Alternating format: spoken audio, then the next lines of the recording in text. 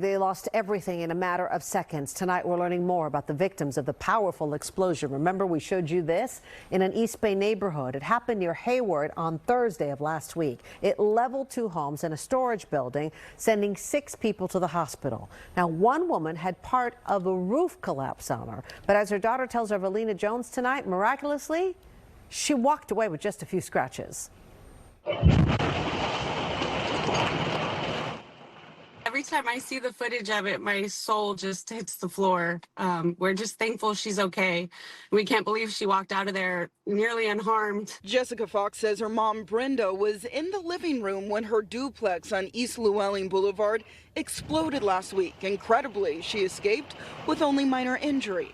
Between the kitchen and the living room where she was, when the ceiling collapsed, she kind of ended up in a little pocket right there, and the ceiling hit the wall instead of her. Fox says her mom also managed to get out with one of her dogs, but another dog and cat did not survive. She says her dad was at work at the time. The incident all started hours earlier when a construction crew hit a gas line, triggering a leak. But PG&E says it fixed the leak 10 minutes before the explosion leveled 3 buildings. Fox says her parents lost everything in the blast, including her father's construction business. She has since started a GoFundMe to help them rebuild. We're just thankful. Life is short, so family's the most important thing right now, and we're going to get through it. Neighbors say the blast was the final straw in a year-long fight against a county construction project, a project they say should have never happened. We're going to the Board of Supervisors meeting. If they would have followed policy and procedures, that explosion would not have happened at all. Kathy Rodriguez says the project widened the sidewalk, taking part of her property and others on the street, including nearby businesses. She also says the project caused flooding that damaged homes. She's now urging neighbors to come to Tuesday's Alameda County Board of Supervisors meeting to demand the project be reversed. What I really want to happen is that Alameda County Public Works gets held accountable for what they did, because they took our land without our permission. Another GoFundMe identifies the family of 5 living on the other side of the duplex as Jorge Duenas Ponce, his brother, his sister, and 2 young children. 2 adults and 1 child were at home at the time and have been hospitalized with significant injuries. Alameda County Public Works did not respond to our request for comment. Supervisor Nate Miley's office referred us to an online statement that does not address neighbors' concerns. In Alameda County, Evelina Jones, NBC Bay Area News. We are following some breaking news now on the peninsula. A hectic scene in Redwood City, a 2-alarm fire. Take a look. This is happening at the Ace Hardware store at Woodside Plaza. This is the intersection of Woodside Road and Massachusetts Avenue, again in Redwood City. Our Sky Ranger was overhead. This was just a short time ago. We could actually see right there smoke coming from inside the store. Now, this is a busy shopping center, especially at this time of the evening. It's not clear what started this fire. You can download our free NBC Bay Area app to get the latest updates sent straight to your phone. And we're following developing news in San Francisco. This was quite a scene. Just about 90 minutes ago, a fire at a gas station. This is the Shell station in the Mission. That's an underground fuel tank that started around 4:45 this afternoon at the Shell at 16th and Guerrero, not far from Dolores Park. The fire is now out. That's the good news. You can see a lot of foam there as crews poured it on. We're still working to learn what caused this fire. We'll keep you updated on air and online. Also tonight in the city, at least 15 people are injured after a cable car came to an abrupt stop. This happened along California Street between Leavenworth and Hyde, not far from Grace Cathedral. Our Sky Ranger was overhead. The victims have minor to moderate injuries, so that's the good news there. At least 2, though, are children. We're still working to learn exactly what happened, why it came to an abrupt stop. A source at the fire department tells us the cable car operator says when he pulled the brake, it felt like they hit a wall. Now, last night, another incident involving a cable car. A car crashed into a cable car on California Street and Van Ness. 3 people were hurt. They are expected to be okay. The driver of that car took off. Shining a light in the deepest of darkness. It is the second night of Hanukkah, and the second candle on the menorah in Union Square was lit just a few minutes ago. But Jewish communities across the Bay Area refusing to let the tragic attack in Australia with that mass shooting dampen their annual celebration. Now, investigators are still piecing together evidence from that mass shooting that killed more than a dozen people in Sydney. The death toll remains at 15, one victim just 10 years old. More than 24 others remain hospitalized, some of them in critical condition.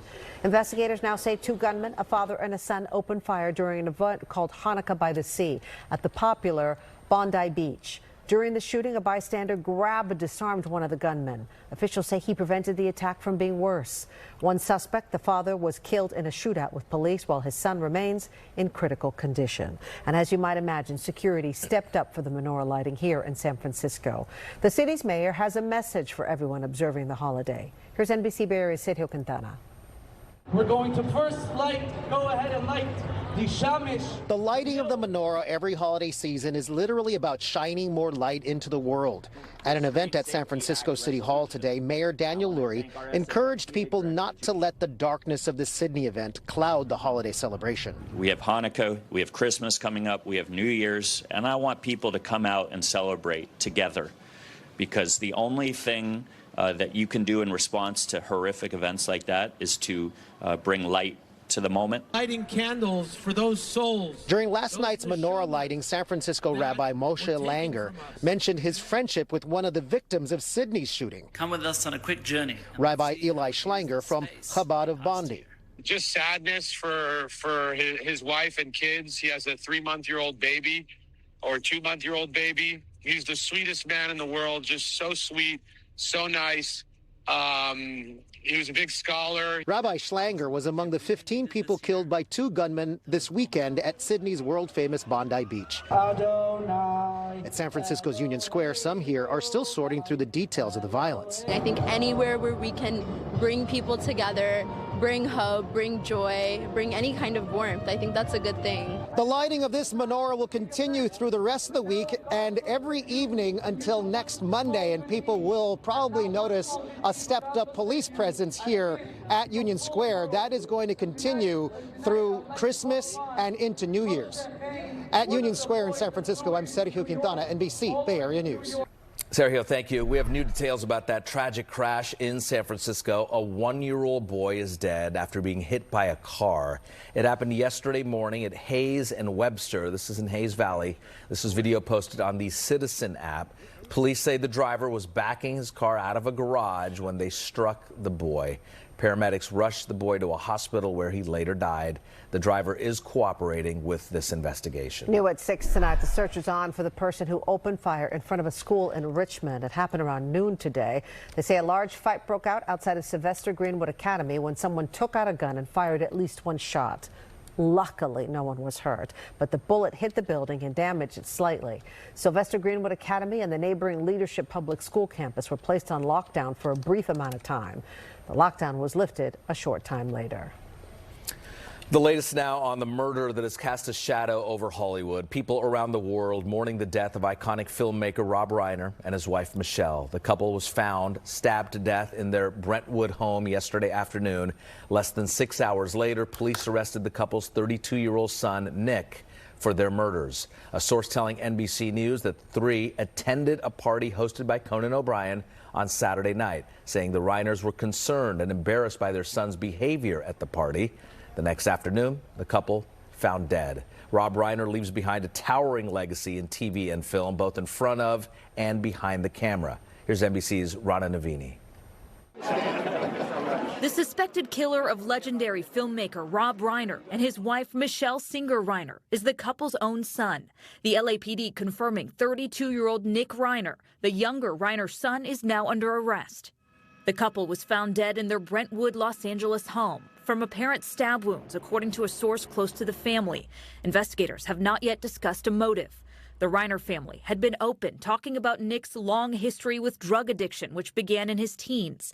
Nick was recently seen at a red carpet event with his family, shown here in a windbreaker in the middle, posing for photos.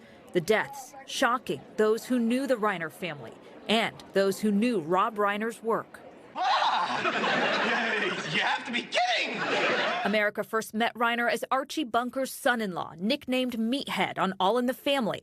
Behind the camera, he made his biggest cinematic impacts, including inventing the modern rom-com with When Harry Met Sally. He directed and produced the cult classic The Princess Bride and the military courtroom classic A Few Good Men. Actor Kevin Bacon worked with Reiner on that film. We had lunch together every day. I'd never done that with a director before or since. I'd never gone to have lunch. And Michelle would be there, and the two of them were so great together. Before life took Reiner to California, he called the tri-state home. Born in the Bronx and growing up in New Rochelle.